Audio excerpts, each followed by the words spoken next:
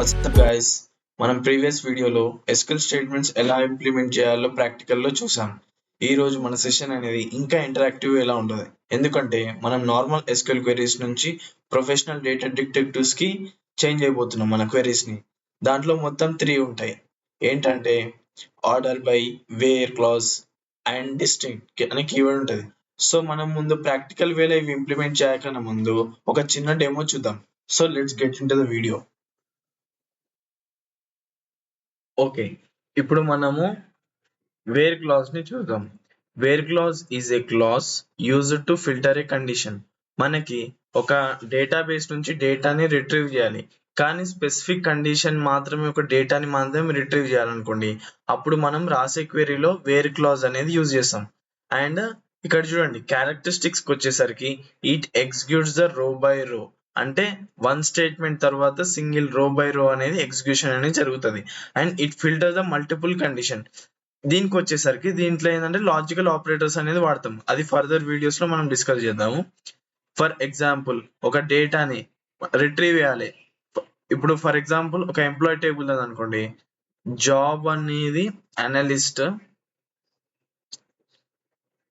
And department 10 వాళ్ళని. So ఈ job analyst and department 10, so ఈ రెండు కండిషన్స్ మ్యాచ్ అయితేనే ఆ డేటా ఆ పర్సన్ ని రిట్రీవ్ చేయని అన్నట్టు. ఇది మల్టిపుల్ కండిషన్ అన్నమాట.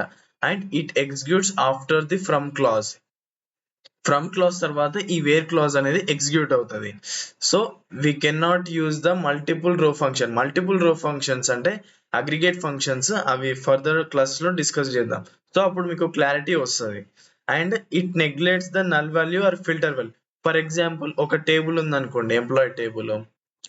సో మనం నిన్న వీడియోలో ఏంటంటే ఆల్టర్ అనే కమాండ్ చేసేటప్పుడు మనము ఈమెయిల్ అనేది యాడ్ చేశాం కదా, ఐడి, నేమ్, జాబ్, ఈమెయిల్ అనుకుందాం.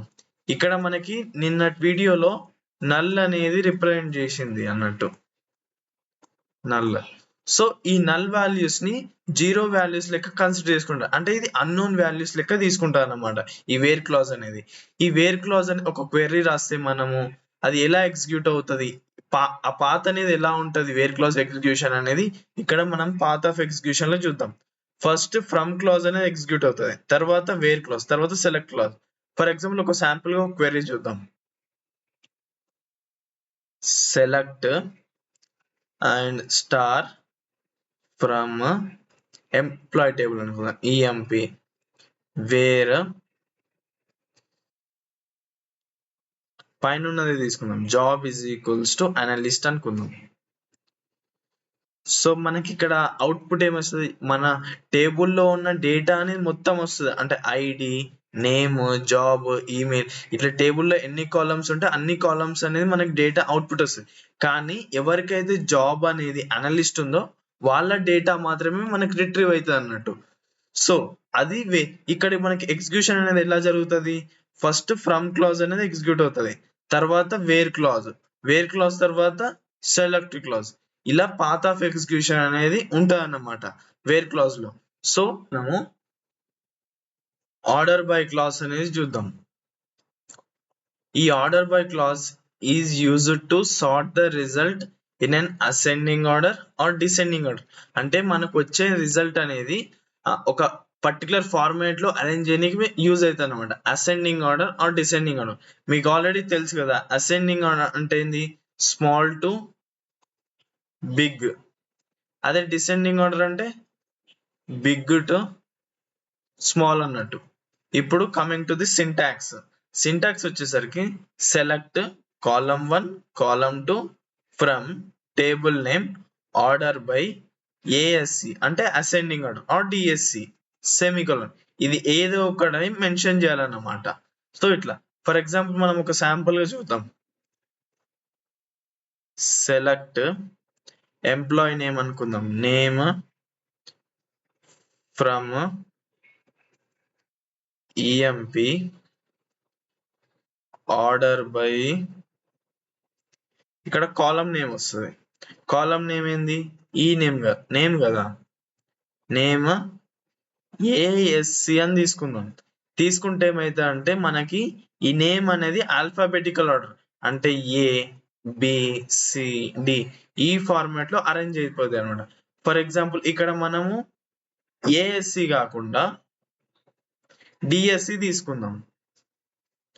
సో ఇప్పుడు మనకి ఇక్కడ డిఈఎస్సి అనేది తీసుకుందాం. తీసుకుంటే ఏమైతే అంటే మనకి రివర్స్ ఆర్డర్ వస్తుంది. అంటే మన ఎంప్లాయీ నేమ్స్ అనేటి డేటా అవుట్పుట్ ఏమొస్తుంది అంటే జెడ్ వై ఎక్స్ ఈ ఫార్మాట్ లో మనకి అవుట్పుట్ అనేది వస్తుంది అన్నమాట. సో ఇది order by class. To the distinct. Distinct అనేది ఒక keyword used to display the unique data at the execution. అంటే ఇప్పుడు ఫర్ ఎగ్జాంపుల్ ఒక టేబుల్ తీసుకుందాం మనము.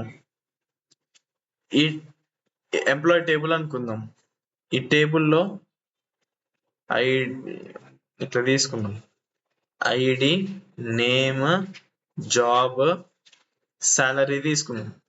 1 కి ఫర్ ఎగ్జాంపుల్ ఏ అనేది నేమ్, 2 కి మళ్ళీ ఏ, 3 కి బి, 4 కి సి. ఇక్కడ సమ్ అనలిస్ట్ 10,000 ఇలా డేటా అనేది ఉందనుకుందాం. అండ్ డెవలపర్ ఇలా మనకి డేటా అనేది ఉంది. టేబుల్ ఉంది, ఎంప్లాయీ టేబుల్ అనేది.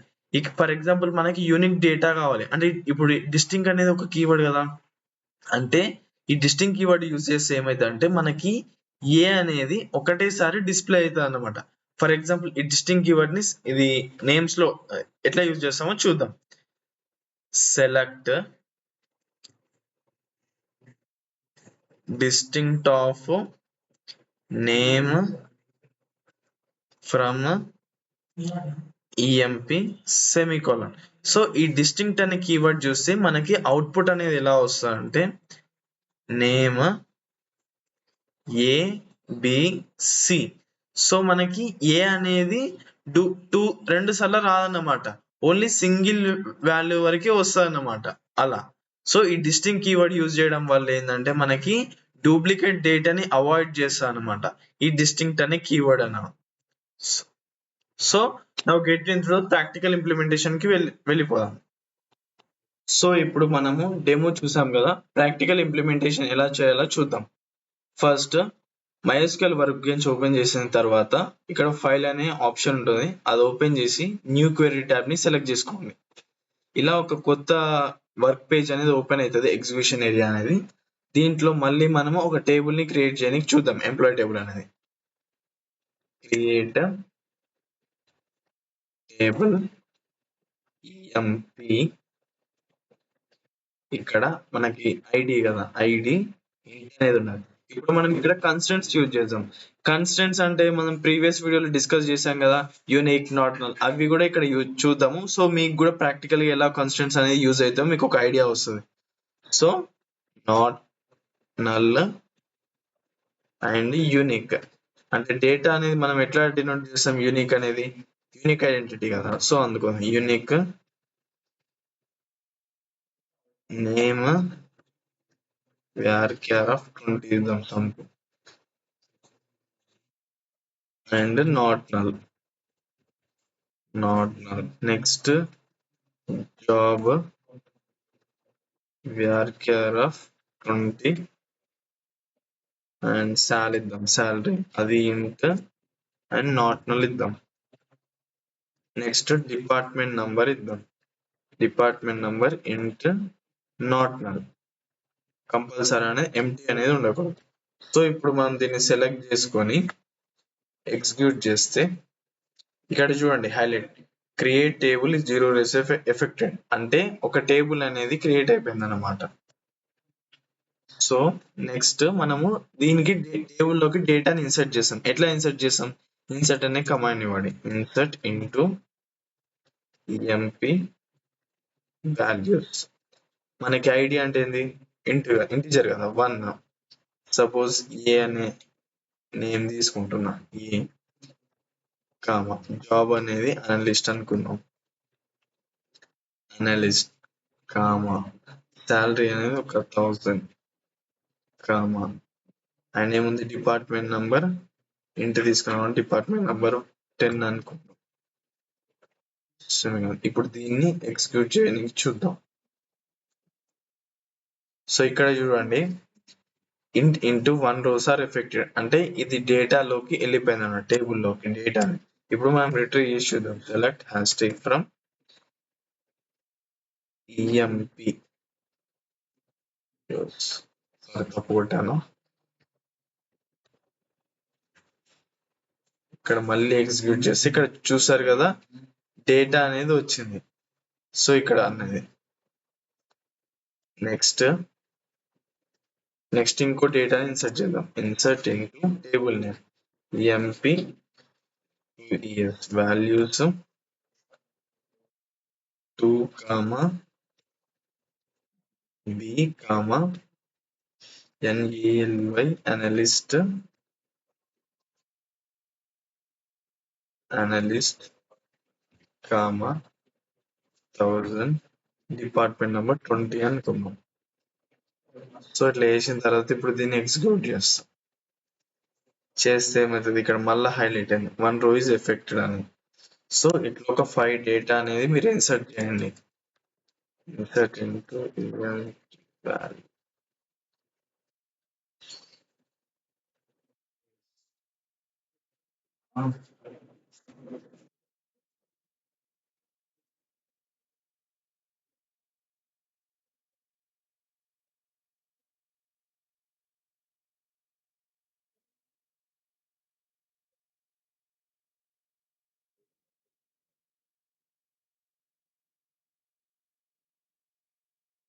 సో ఇప్పుడు మళ్ళీ డేటా అనేది ఇన్సర్ట్ అయింది. సో నేను ఇంకో డేటాని ఇన్సర్ట్ చేయాలనుకుంటున్నాను. ఇది 4th డేటా కదా. సో ఇక్కడ చేంజెస్ చేస్తే, సో నేను కాపీ పేస్ట్ చేస్తున్నాను కదా, మీరు కూడా చేయకండి. మీరు ఎంత ప్రాక్టీస్ చేస్తే అంత మీకు మంచి క్యాపబిలిటీ, ఎక్కడ ఏం వాడాలనేది తెలుస్తుంది అనమాట. సో ఇక్కడ మీకు ఫాస్ట్ గా చెప్పడానికి నేను కాపీ పేస్ట్ చేస్తున్నా. సో అలాంటి తప్పులు మాత్రం మీరు చేయకండి.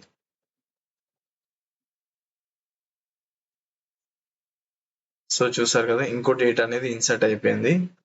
సో మళ్ళీ ఐడి అనేది కంపల్సరీ చేంజ్ చేయాలి.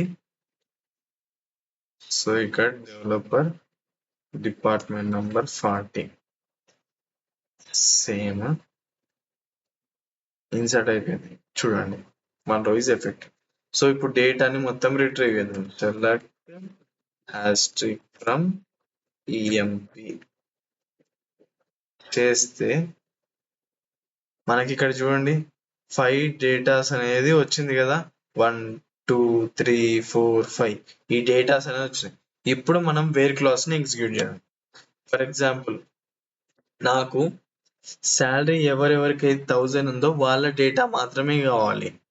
నాకు ఏ డీటెయిల్స్ అవసరం లేదు, జస్ట్ శాలరీ 1000 ఉంటే చాలు, ఆ డేటా కావాలి. అప్పుడు మనం ఏం చేస్తాం, select asterisk from emp where salary అనే కాలమ్ శాలరీ ఈక్వల్స్ టు 1000. చూడండి క్వెరీ అనేది రాశాను, ఎగ్జిక్యూట్ చేస్తున్నా. సో మీకు కనిపిస్తుందో లేదో తెలియదు, అందుకే జూమ్ చేస్తుంది చూడండి. సో ఇక్కడ చూడండి, మీరు ఇక్కడ చూడండి శాలరీ 1000 అనలిస్ట్ కుంది ఏ అనే పర్సన్ కి, అండ్ తన ఐడి అనేది 1, డిపార్ట్మెంట్ 10. సేమ్ అదే 1000 అనే అనలిస్ట్ కుంది, అతని పేరు బి, డిపార్ట్మెంట్ నెంబర్ 20 అన్నమాట. ఇప్పుడు ఫర్ ఎగ్జాంపుల్ నాకు అండ్ ఒక పర్సన్ అనేది జాబ్ రోల్ అనే అనలిస్ట్ ప్లస్ తను డిపార్ట్మెంట్ నెంబర్ 10 లోనే వర్క్ ఉండాలి. సో అప్పుడు ఏం రాస్తాం, వేర్ క్లాజ్ ఇప్పుడు చూద్దాం. Select asterisk from emp wear అనే క్లాజ్ రాస్తాం. వేర్ సాల్ అనేది ఏం చెప్పినా, సారీ సాల్ కాదు కదా, జాబ్ కదా, job equals to analyst and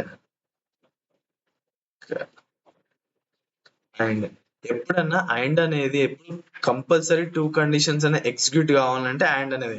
so ఈ అండ్ ఆర్ కానీ ఇట్లాంటి కమాండ్స్ అనేది మనం ఫర్దర్ వీడియోస్ డీటెయిల్ గా చూద్దాము. అండ్ అండ్ సాల్ అనేది ఏంటి 1000 ఉండాలి కంపల్సరీ.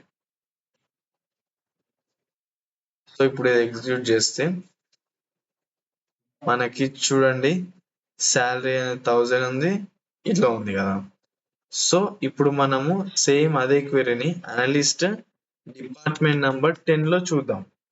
డిపార్ట్మెంట్ నెంబర్ 10 లో డిపార్ట్మెంట్ నెంబర్ 10. సో ఇక్కడ చూస్తే మనము సో చూడండి ఫస్ట్ పర్సన్ ఐడి అనేది 1, తన నేమ్ ఏ, అనలిస్ట్ ఇలా. సో ఇది వేర్ క్లాజ్ అన్నమాట. సో ఇలా వేర్ క్లాజ్ అనేది ఎగ్జిక్యూట్ అవుతుంది. సో మీరు ఈ శాంపుల్ టేబుల్ ని రిఫరెన్స్ గా తీసుకొని ఇంకా చాలా చాలా ప్రాక్టికల్ డిఫరెంట్ గా ట్రై చేయండి. ఫర్ ఎగ్జాంపుల్ మీకు డౌట్ రావచ్చు, ఒకవేళ డేటా అనేది లేదు కానీ మనం ఇచ్చామనుకుందాం, అలాగే చూద్దాం. సెలెక్ట్ ఫర్ ఎగ్జాంపుల్ మనకి ఇక్కడ అకౌంటెంట్ అనే జాబ్ లో లేదు. సో ఆ డేటాని రిట్రీవ్ చేస్తే మనకి ఏం వస్తుందో చూద్దాం.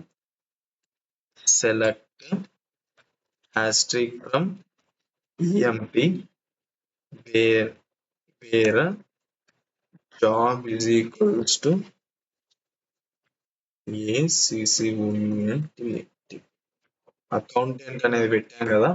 సో ఇప్పుడు ఎగ్జిక్యూట్ చేద్దాం. ఇది మన టేబుల్లో లేదు జాబ్ రోల్ అనేది.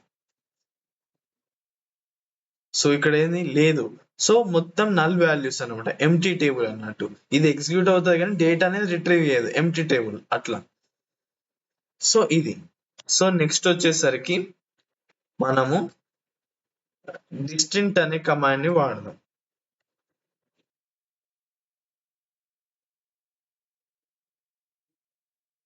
సో ఇప్పుడు ఏంది, మనకు మొత్తం నేమ్స్ అనేటి యూనిక్ డేటా కావాలి. సో అప్పుడు ఇప్పుడు మనకి టేబుల్లో ఒకసారి టేబుల్ రిట్రీవ్ చేయడానికి చూద్దాం. సో ఈ టేబుల్ రిట్రీవ్ చేస్తే మనకి ఏమొస్తుందంటే ఎంటర్ టేబుల్ అనేది వచ్చేస్తుంది. ఇక్కడ చూడండి మొత్తం టేబుల్ 5% డేటా అనేది వచ్చింది. సో ఇందు నుంచి మనకి నేమ్స్ అనేది యూనిక్ డేటా కావాలి. సో ఇక్కడ బి మళ్ళీ బి అనేది 1 2 సెకండ్ దగ్గర, థర్డ్ దగ్గర అండ్ ఫిఫ్త్ అనే ఐడి దగ్గర బి అనేది రిపీట్ అయింది. సో ఇలా బి అనేది డూప్లికేట్ వాల్యూస్ రావద్దు, ఓన్లీ సింగిల్ వాల్యూ. అప్పుడు మనం డిస్టింక్ట్ అనే కీవర్డ్ ని మనం యూజ్ చేస్తాం. సో దాన్ని ఎట్లా ఎగ్జిక్యూట్ చేస్తామంటే select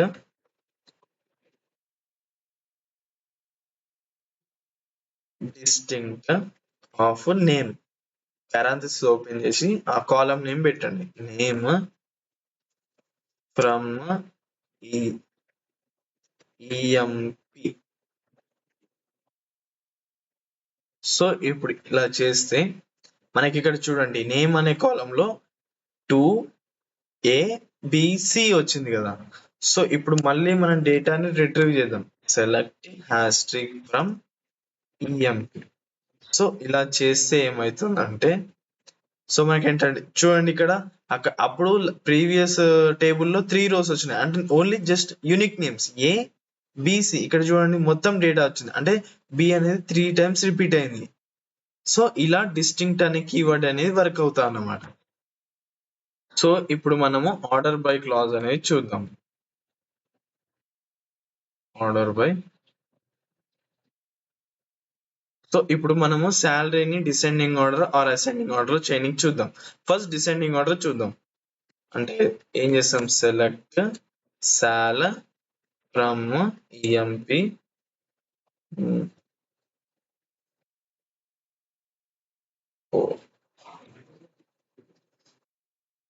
order by column name ఇవ్వాలి. ఏది, సాల్ అనేది మనం చేయాలనుకున్నాం, సాల్ డిఎస్సి సెమీకోలన్ చేస్తే సో చూడండి ఇక్కడ మనకి 12,000 అనేది బిగ్ నెంబర్, తర్వాత 12,000 11,000 1000 1000 ఇలా అనేది అరేంజ్ అయింది. సో ఇప్పుడు మనము అసెండింగ్ ఆర్డర్ లో చూద్దాం. సెలెక్ట్ సాల్ ఫ్రమ్ ఈఎంపి ఆర్డర్ బై సాల్. చూడండి 1000 1000 11,000 12,000 12,000. ఇప్పుడు మీకు ఇక్కడ ఒక డౌట్ రావచ్చు, మనకి అసెండింగ్ ఆర్డర్ అంటే ఏఎస్సి అనేది వాడాలి, డిసెండింగ్ అంటే డిఎస్సి అని వాడాలి. కానీ మనము ఏఎస్సి అనే కమాండ్ ని మెన్షన్ చేసినా చేయకపోయినా వర్క్ బెంచ్ అనేది బై డిఫాల్ట్ గా అసెండింగ్ ఆర్డర్ అనేది తీసుకుంటది మనం ఏదైనా మెన్షన్ చేయకపోతే. పర్టికులర్ గా మనము డిసెండింగ్ ఆర్డర్ కావాలంటేనే మనం ఇది మెన్షన్ చేయాలి డిఈఎస్సి అనేది, లేకపోతే అవసరం లేదు. ఇప్పుడు మనము క్యారెక్టర్స్ కి చూద్దాం. నేమ్ అనేది select name from EMP where name order by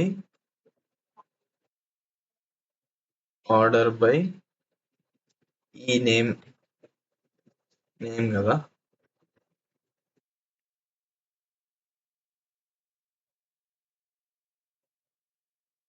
ఇప్పుడు ఎక్స్క్యూట్ చేయడానికి ట్రై చేద్దాం. చూడండి ఏబిబిఏ. ఇప్పుడు మనము డిసెండింగ్ ఆర్డర్ లో ట్రై చేద్దాం. Select name from EMP order by name descending order పెడదాం కమాండ్. ఇప్పుడు మనము ఈ లైన్ ని ఎగ్జిక్యూట్ చేస్తే ఏమొస్తుందో చూద్దాం. చూడండి రివర్స్ వచ్చేసింది అసెండింగ్ ఆర్డర్ కి. సి బి బి బి ఏ చూడండి ఇలా. సో చూసారు కదా ప్రాక్టికల్ ఇంప్లిమెంటేషన్ ఎలా చేసాము. మీరు కూడా నాతో పాటు సైమల్టేనియస్ గా ప్రాక్టికల్ ఇంప్లిమెంటేషన్ అనేది చేయండి. టేబుల్ ని క్రియేట్ చేసుకుని క్లాజెస్ అనేది ఇట్లా డిఫరెంట్ వేలో ట్రై చేయండి. సో మీకు కూడా అనేది డే బై డే అనేది ఇంప్రూవ్మెంట్ కనిపిస్తుంది మీ లెర్నింగ్ పాత్ లో. సో మీకు ఈ వీడియో నచ్చింది అనుకుంటున్నాను. లైక్ చేసి కామెంట్ చేయండి, షేర్ చేయండి అండ్ ఛానల్ ని సబ్స్క్రైబ్ చేయడం మాత్రం మర్చిపోకండి. Thank you.